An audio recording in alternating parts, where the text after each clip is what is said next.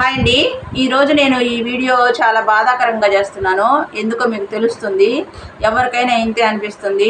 ఇన్ని రోజులు మనం కష్టపడి పెంచుకున్నది ఇట్లా అయిపోయిందా అనిపించి బాధగా అనిపిస్తుంది. వీడియో కనుక మీకు నచ్చినట్లయితే లైక్ చేయండి, షేర్ చేయండి, సబ్స్క్రైబ్ చేయండి. కొత్త వాళ్ళు కూడా మన ఛానల్ని ఎంకరేజ్ చేస్తూ సపోర్ట్ చేయండి. మీరు కూడా సబ్స్క్రైబ్ మర్చిపోవద్దండి. సబ్స్క్రైబ్ చేస్తే మనం మరిన్ని వీడియోస్ చేసుకోవచ్చు. చూస్తున్నారా ఎట్లా మెత్తగా అయిపోయిందో. ఈ రూట్ రాట్ వల్ల మనకి మొక్క అయితే కుళ్ళిపోయిందండి. ఇప్పుడు దీన్ని నేను మళ్ళీ రీప్లేస్ చేసుకోవడానికి అని చెప్పేసి ఇక్కడ దాకా తీసి మళ్ళీ పెట్టుకుందాం అనిపిస్తుంది నాకు. మళ్ళీ వచ్చిద్దో రాదో కానీ నా ప్రయత్నం అయితే చేస్తున్నాను. చాలా బాధగా ఉందండి. నాకు అడీనియం ప్లాంట్స్ అంటే చాలా ఇష్టము. అలాగే నేను పెంచుకున్న ఇంకో ప్లాంట్ కూడా చూపిస్తానండి. ఎంత ముచ్చటగా నేను చూస్తున్నారా. ఇట్లా ప్లాంట్స్ ఇలా అయిపోతే ఎవరికైనా బాధే కదండి. ఇవి ఎందుకో కానీ ఏది తగులు పడిందో ఏంటోనండి ఇలా అయిపోయింది. చూస్తున్నారా, ఈ మొక్కనైతే నేను కృష్ణయ్యని కూడా పెట్టుకున్నానండి. ఈ మొక్కలో కృష్ణయ్యని ఇట్లా నెమలి షేప్లో తీసుకొచ్చి ప్లాంట్ని ఇలా పెట్టుకున్నానండి. చాలా అందంగా ఉండేది. నేను వేరే వీడియోలో మీకు అంతకుముందు చూపించానండి. ఫస్ట్ వీడియోస్లో నేను బ్రాంచ్ మీద పెట్టాను. వేస్ట్ బ్రాంచ్ నేను తయారు చేసుకున్నాను. వేస్ట్గా మనకి ఇంట్లో పడిపోయిన చెట్టుని బ్రాంచ్ లాగా తయారు చేసుకొని చక్కగా దాని మీద అరేంజ్ చేసుకున్నానండి. ఆ బ్రాంచ్ మీద పెట్టడం వల్ల చాలా అందం వచ్చింది ఆ బ్రాంచ్కి. ఇట్లా మనం బ్రాంచ్ని క్రియేట్ చేసుకున్నాం కదా, క్రియేటివిటీతో కొమ్మని అలాగా నేను వేస్ట్గా పడేయకుండా అలా క్రియేట్ చేసుకున్నానండి. పికాక్ కనిపిస్తుంది చూడండి. కృష్ణయ్య ఉన్నారు కదా, నేను కృష్ణయ్యని కూడా అరేంజ్ చేశానని చెప్పాను కదా. ఇదిగోండి, ఇదేనండి. ఇట్లా నేను పికాక్ లాగా క్రియేట్ చేసుకున్నాను జేడ్ ప్లాంట్ని. ఇప్పుడు మాత్రం అది అట్లా అయిపోయినందుకు చాలా అంటే చాలా బాధ అనిపిస్తుంది నాకు. మొక్క మళ్ళీ మనము అలా పెంచుకోవడానికి, అలా తయారు చేసుకోవడానికి, షేప్ చేసుకొని మళ్ళీ చాలా రోజులు పడుతుంది కదా అని బాధ. ఈ అడీనియం ప్లాంట్ని కట్ చేసుకోవడానికి మనమైతే ఫస్ట్ దీన్ని చాకుని అయితే మనము చక్కగా ఇట్లా డెటాల్లో క్లీన్ చేసుకోవాలి. డెటాల్తో ఇట్లా మనం ఇట్లా చేసుకొని కట్ చేసుకోవాలండి. ఎందుకంటే మనకి ఎక్కడా కూడా కట్ చేసుకునేటప్పుడు చాకుకి ఎటువంటి డస్ట్ ఉండకూడదు. ఇట్లా కట్ చేసుకునే ముందు మనము ఇలా క్లీన్ చేసుకొని చక్కగా కట్ చేసుకోవాలి. తప్పనిసరిగా అలా చేస్తే కొద్దిగా మనకి చూడండి ఇక్కడ దాకా మెత్తగా అయిపోయింది. అందుకని ఇక్కడ కట్ చేస్తున్నాను నేను. ఇక్కడ కట్ చేస్తే ఏమన్నా వస్తుందేమోనని. చూస్తున్నారా, ఇక్కడ కొంచెం గట్టిగా ఉంది. ఒకేసారి కట్ చేయాలండి అడీనియం ఎప్పుడైనా. ఇలా కట్ చేసి ఇక్కడ కూడా డ్యామేజ్ వచ్చిందండి, డ్యామేజ్ జరిగింది. కానీ చూద్దాం, ట్రై చేద్దాం, ఎంతవరకు సక్సెస్ అవుతానో చూద్దాం. మనము ఇంకొంచెం కట్ చేసి చూస్తాను.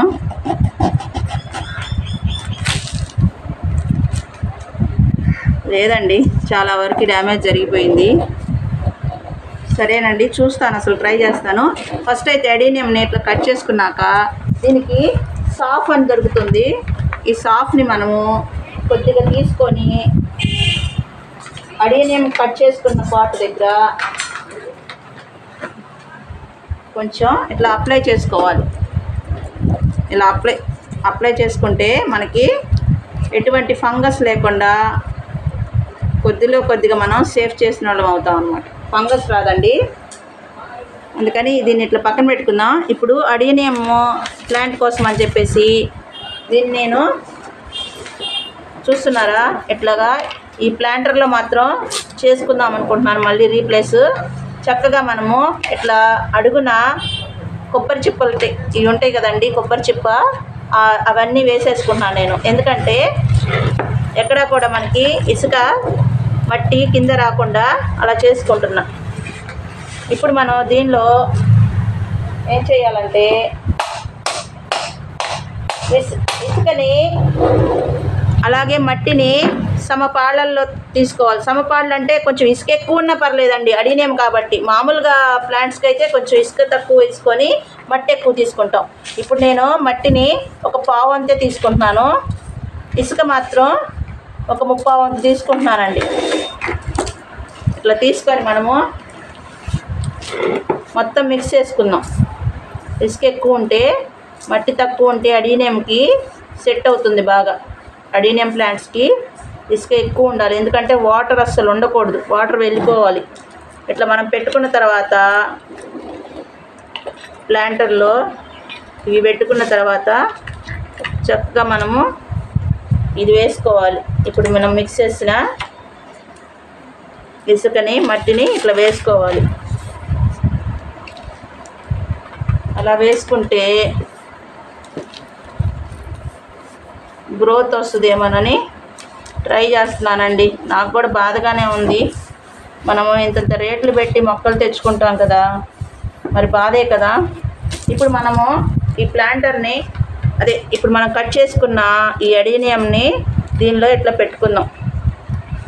ఇంకంతేనండి. వాటర్ అయితే అస్సలు చేయకూడదు, మనం నీళ్లు పోయకుండా ఉంచాలి ఒక 2 days. అలా అయితేనే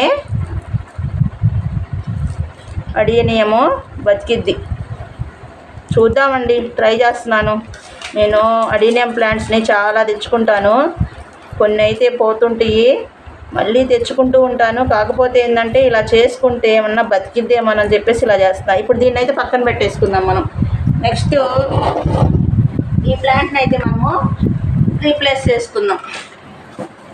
అసలు ఇదంత ఇష్టంగా పెంచుకున్నానండి, నేను చక్కగా పెంచుకున్నాను. నాకు ఎంత ఇష్టమో ఇట్లాగా షేప్ చేసుకోవడం, అంటే ఏ ప్లాంటర్నైనా షేప్ చేసుకోవడం చాలా ఇష్టం. చూసారా, రూట్ రాట్ అయిపోయిందండి. నేను అసలు గమనించలేదు, కానీ అది జేడ్ ప్లాంట్ అండి.